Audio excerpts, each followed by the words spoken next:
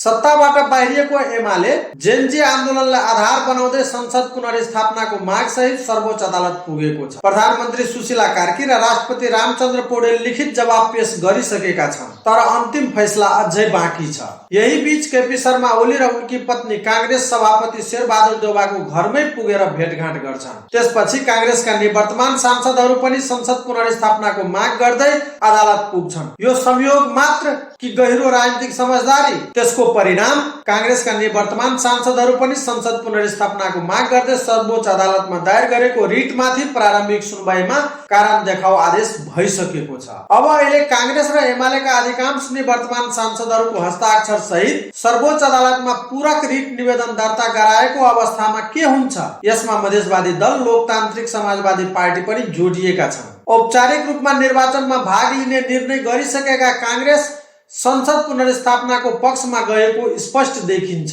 कांग्रेस नेता शेखर कोइराला पनि फाल्गुन 21 गते चुनाव हुन नसकेको अवस्थामा संसद पुनर्स्थापनाको विकल्प नरहने अभिव्यक्ति दिइरहेका छन्। तर सर्वोच्च अदालतले संसद पुनर्स्थापनाको पक्षमा फैसला गरिदिएको अवस्थामा जेनजी तथा राष्ट्रिय स्वतन्त्र पार्टी लगायतका नेता, कार्यकर्ता, समर्थकहरूले अदालतको मर्यादा बाँकी राख्ला